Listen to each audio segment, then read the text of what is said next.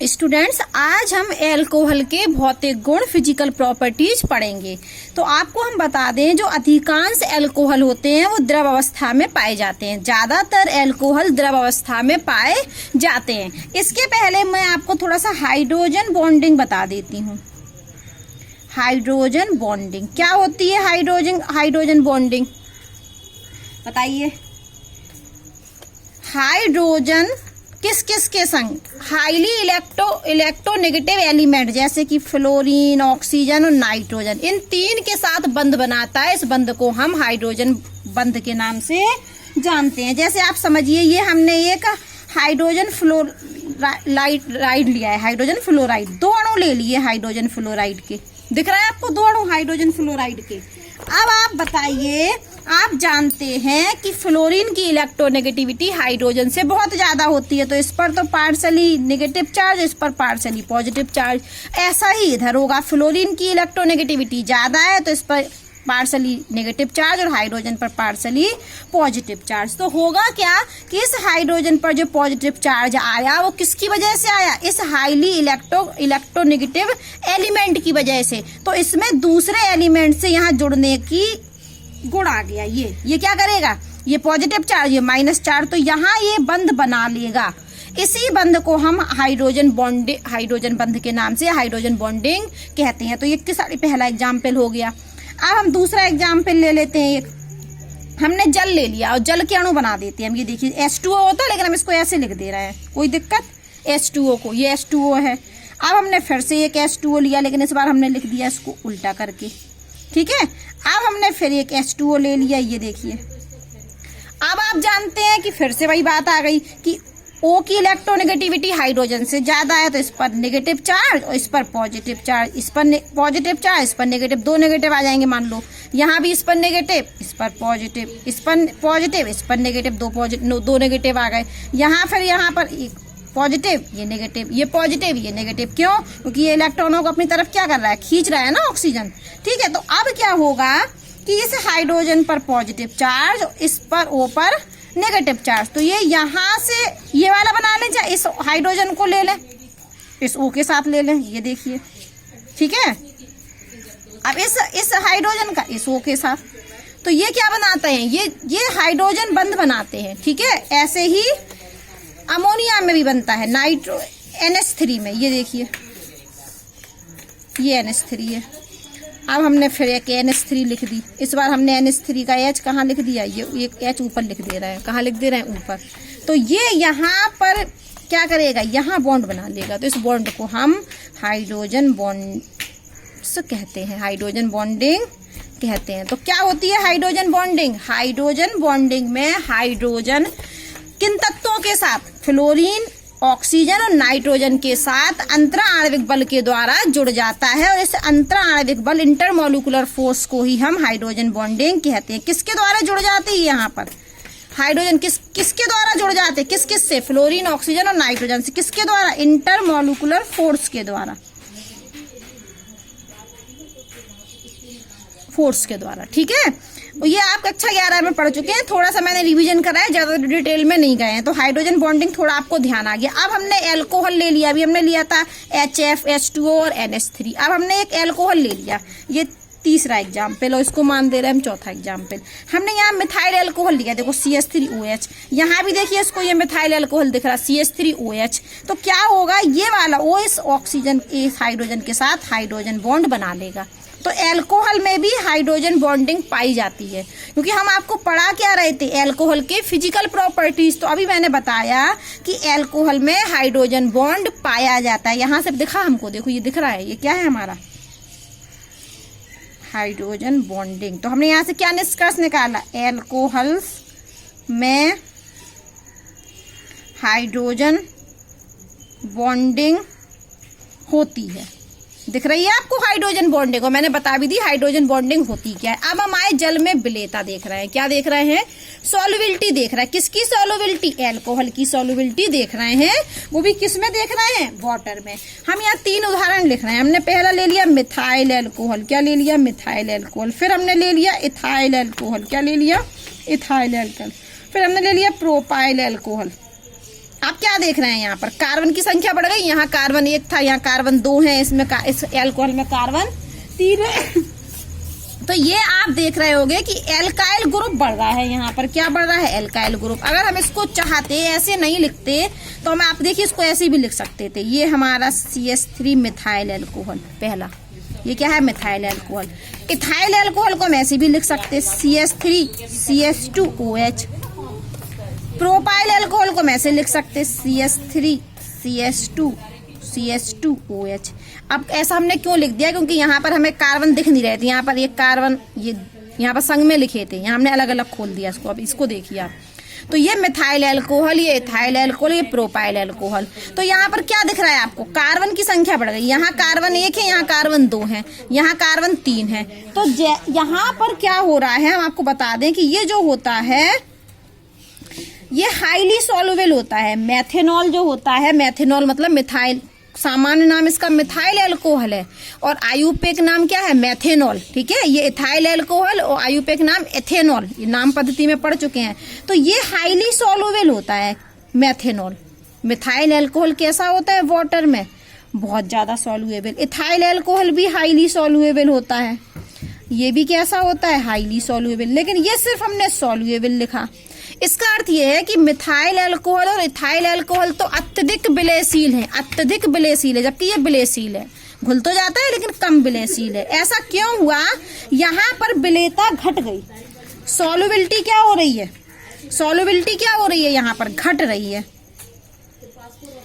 Solubility घट रही है। ऊपर से नीचे आने पर यहाँ सॉल्युबिलिटी घट रही है, जबकि सॉल्युबिलिटी तो घट रही है लेकिन क्या बढ़ रहा है, कार्बन की संख्या बढ़ रही है। और आप बताइए यदि हम इनका मोलर मास निकालें तो मोलर मास में क्या करते हैं, हम सभी परमाणुओं के परमाणविक द्रव्यमानों को जोड़ देते हैं आणविक द्रव्यमान में। मोलर मास का अर्थ है आणविक द्रव्यमान, और आणविक द्रव्यमान निकालने के लिए हम परमाणविक द्रव्यमानों के, सभी परमाणु के परमाणविक द्रव्यमानों को जोड़ देते हैं। तो यहाँ बेटा 1 कार्बन है और यहाँ 2 कार्बन है, यहाँ 3 कार्बन है। तो आप देखिए यहाँ जब परमाणु ज्यादा है इसमें तो इसका मोलर मास भी ज्यादा होगा। तो यहाँ ऊपर से नीचे आने पर मोलर मास क्या हो रहा है, बढ़ रहा है। यहाँ सीधे यहाँ लिख देते हैं, ये मोलर मास क्या हो रहा है, मोलर मास बढ़ रहा है, बढ़ रहा है। मोलर मास क्या हो रहा है, बढ़ रहा है। ऊपर से नीचे आने पर मोलर मास बढ़ रहा है और सॉल्युबिलिटी घट रही है।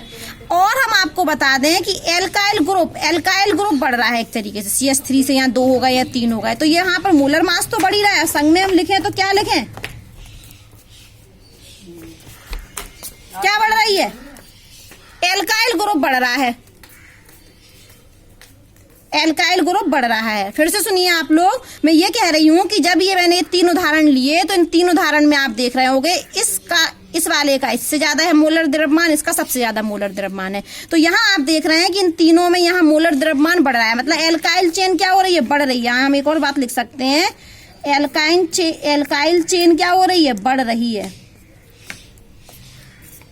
एल्काइल चेन बढ़ रही है और मोलर मास भी बढ़ रहा है, लेकिन सॉल्युबिलिटी घट रही है। ऐसा क्यों, क्योंकि देखिए OH जो होता है ये तो हाइड्रोजन बॉन्ड बना लेता है, ये तो तीनों में है, तो ये जल में विलय होगा क्योंकि हाइड्रोजन बॉन्डिंग बना लेता है। लेकिन ये वाला हम आपको अलग से बता दें कि ये वाला जो पार्ट होता है, ये वाला, ये मैंने लाल से निशान लगाया, ये वाला ये हाइड्रोफोबिक पार्ट है। ये कौन सा पार्ट है, जैसे कि ये CH3 है, ठीक है, ये CH3 C2H5 है, ये है ना, ये CH3H5, ये जो हमारी एल्काइल ग्रुप है, ये जो एल्काइल ग्रुप है हमारा, ये हाइड्रोफोबिक होता है। कैसा होता है, हाइड्रोफोबिक होता है। ये कैसा ग्रुप है हमारा, हाइड्रोफोबिक ग्रुप है। ये कैसा ग्रुप है हमारा, हाइड्रोफोबिक ग्रुप है। कौन सा ग्रुप, ये एल्काइल चेन। हाइड्रोफोबिक ग्रुप क्या होते हैं, जल को घृणा करने वाले होते हैं। हाइड्रोफोबिक ग्रुप वो ग्रुप होते हैं जो जल को घृणा करते हैं। एक ग्रुप, ये OH ग्रुप है, ये हमारा हाइड्रोफिलिक है। ये कैसा ग्रुप है, हाइड्रोफिलिक ग्रुप है। हाइड्रोफिलिक का मतलब है जल को स्नेह करने वाला, जल को स्नेह करने वाला, और हाइड्रोफोबिक का अर्थ है जल से घृणा करने वाला।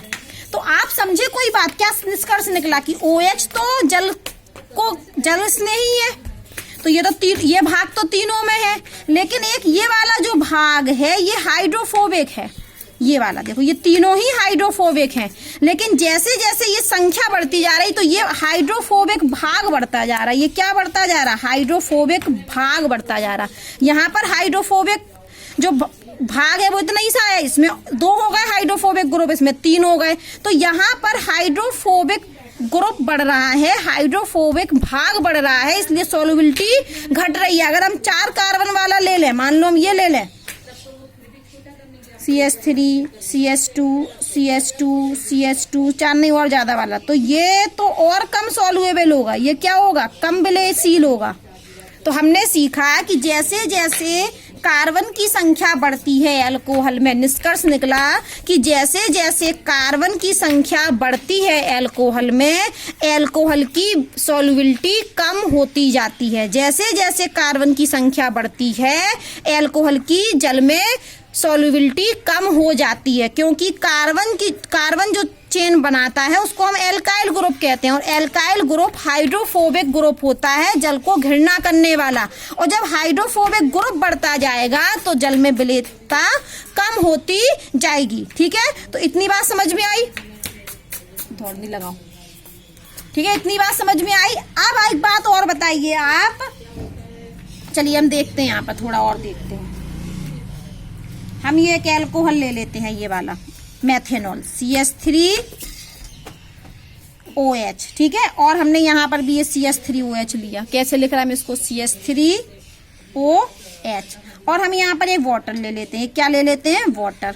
अब देखिए वाटर में कैसे घुलता है, ये तो बहुत सॉल्युएबल है ना, हाईली सॉल्युएबल है ना ये। तो हम देखते हैं ये हाईली सॉल्युएबल है।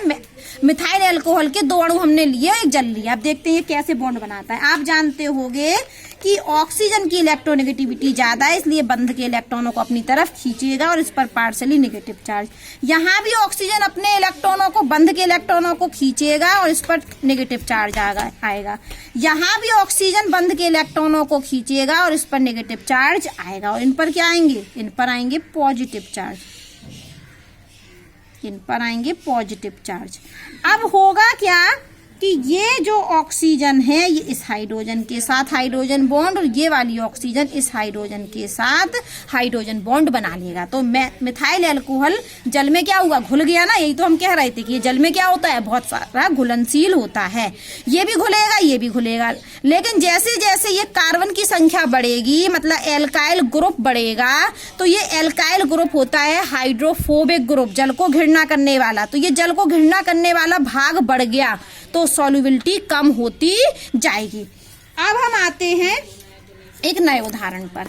हम 3 कंपाउंड या 2 ही ले लेते हैं, चलिए अभी 2 ही ले लेते हैं।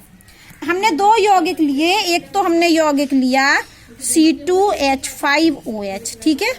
एक यौगिक हमने लिया CH3OCH3, ठीक है। अब हमने क्या कहा, अगर हम इनका वो देखें, अणुसूत्र देखें, तो इसमें कितने ऑक्सीजन है? एक ऑक्सीजन नहीं, कितने कार्बन है? अगर अणुसूत्र देखें हम इसका अणुसूत्र बनाते हैं तो 2C। हाइड्रोजन कितने हैं? 5 और 1 6, H6 और O, ठीक है। इसका बनाओ तो 1 2 कार्बन C2, H कितने? 3 और 3 6, H6O। तो ये दोनों के ही अणुसूत्र समान है, लेकिन संरचना सूत्र अलग अलग है। तो हमें क्या पता चला? ये तो भाई समान है, तो इनके अणुसूत्र क्या है? समान है। जब अणुसूत्र समान है तो इनका जो आणविक द्रव्यमान होगा, मोलर मास, आणविक द्रव्यमान का मतलब मोलर मास, वो भी क्या होगा? समान होगा। जब इनके अणुसूत्र ही समान है इन दोनों के, तो इनका आणविक द्रव्यमान मोलर मास भी समान होगा। और आप निकालोगे तो ये निकलता है 46। कितना निकलता है? 46। तो एक बात है यहाँ पर, ठीक है, मोलर मास भी समान है इनका। तो यहाँ तो पहले तो ये समझिए, ये क्या है? हमारा एल्कोहल। ये एल्कोहल है और ये हमारा क्या है, ईथर है। ये एल्कोहल है, ये ईथर है। अगर हम आपसे पूछें क्या ये जल में विलयशील है और ये जल में विलयशील है, तो आप कहेंगे कि इसमें एल्कोहल में क्या पाई जाती है, हाइड्रोजन बॉन्डिंग होती है, जबकि यहाँ हाइड्रोजन बॉन्डिंग नहीं होती। किस में, ईथर में। एल्कोहल में हाइड्रोजन बॉन्डिंग होती है, जबकि ईथर में हाइड्रोजन बॉन्डिंग नहीं होती है। तो हाइड्रोजन बॉन्डिंग की वजह से एल्कोहल तो जल में विलय होते हैं, जबकि ईथर जल में अविलय होते हैं। तो यहाँ से क्वेश्चन निकल के आया कि ये कंपाउंड एल्कोहल तो जल में विलय है और जबकि ये कंपाउंड ईथर जल में अविलय है। जब हम ईथर को जल में घोलते हैं ना, तो घुलना तो दूर की बात, ये 2 लेयर बना लेता है अलग अलग, जैसे पानी में तेल डालते हो वैसा ही हो जाता है यहाँ पर। तो ये कंपाउंड तो जल में विलय है, लेकिन ये वाला कंपाउंड जल में अविलय है। मतलब एल्कोहल जल में विलय है जबकि ईथर जल में अविलय है, जबकि इनके अणुसूत्र क्या है, समान। सोचने वाली बात है, इन दोनों के अणुसूत्र समान है, इनका मोलर मास भी समान है, लेकिन एक जल में विलय है और दूसरा जल में अविलय है। ये एक दूसरे के क्या कहलाते, ऐसे कंपाउंड जिनके अणुसूत्र समान हो लेकिन संरचना सूत्र अलग अलग हो, तो हम इनको समावयवी कहते थे। क्या कहते थे, समावयवी। आइसोमर्स हैं ये हमारे, ठीक है। तो एल्कोहल ये जल में विलय है क्योंकि इसमें हाइड्रोजन बॉन्डिंग होती है, जबकि ईथर में हाइड्रोजन बॉन्डिंग नहीं होती है, इसलिए ईथर जल में अविलय है, जबकि इनका अणुसूत्र मोलर मास समान है। अब हम आते हैं थोड़ा आगे दूसरी पॉइंट पर, क्वथनांक पर। क्या आते हैं हम, क्वथनांक।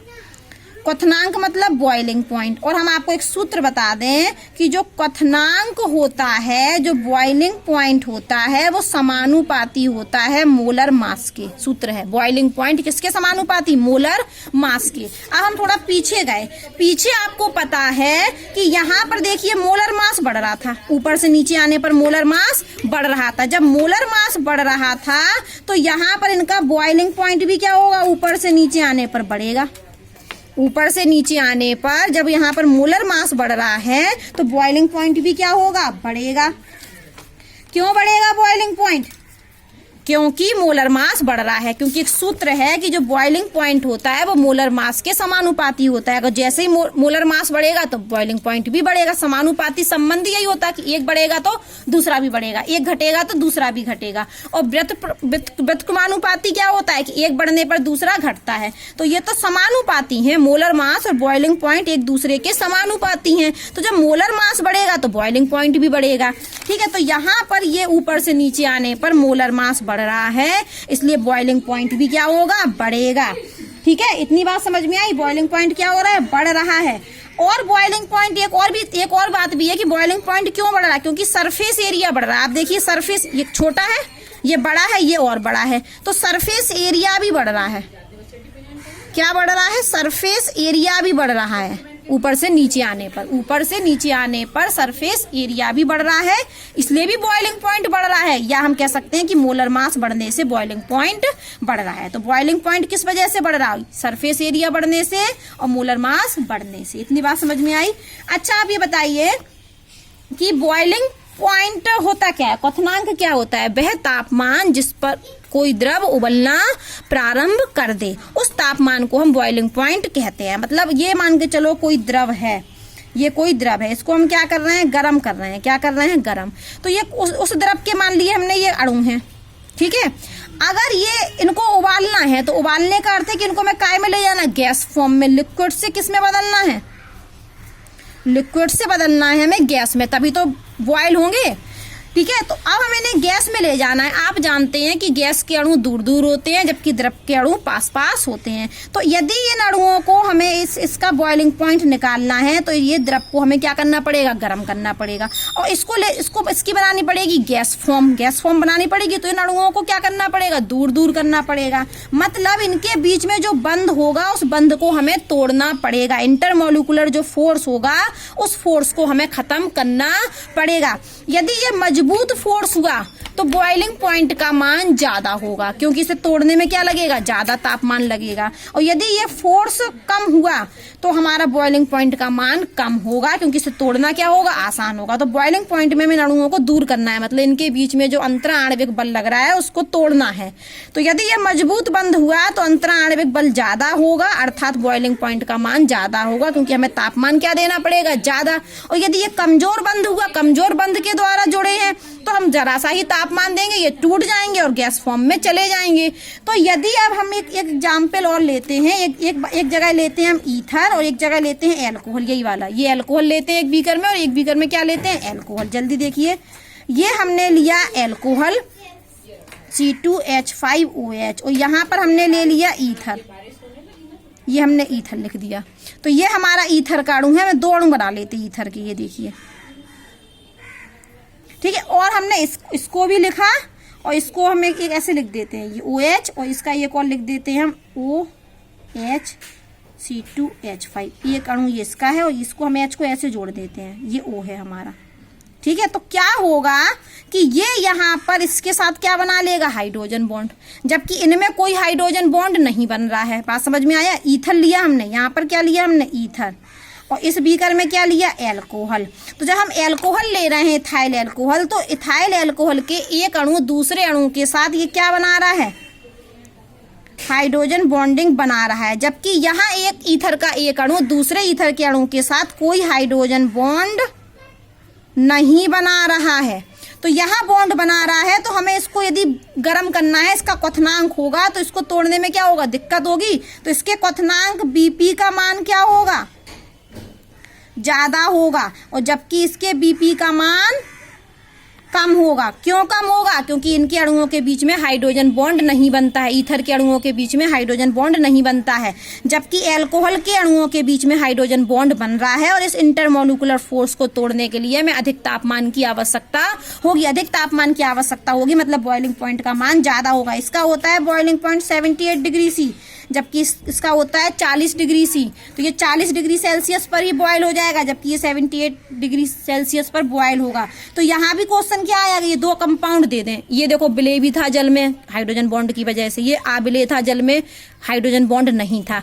इसका क्वथनांक कम है, इसका बॉइलिंग पॉइंट कम है, क्योंकि इनके बीच में हाइड्रोजन बॉन्ड नहीं होता है, जबकि इसका क्वथनांक ज्यादा है, क्योंकि इनके बीच में हाइड्रोजन बॉन्ड होता है, ठीक है।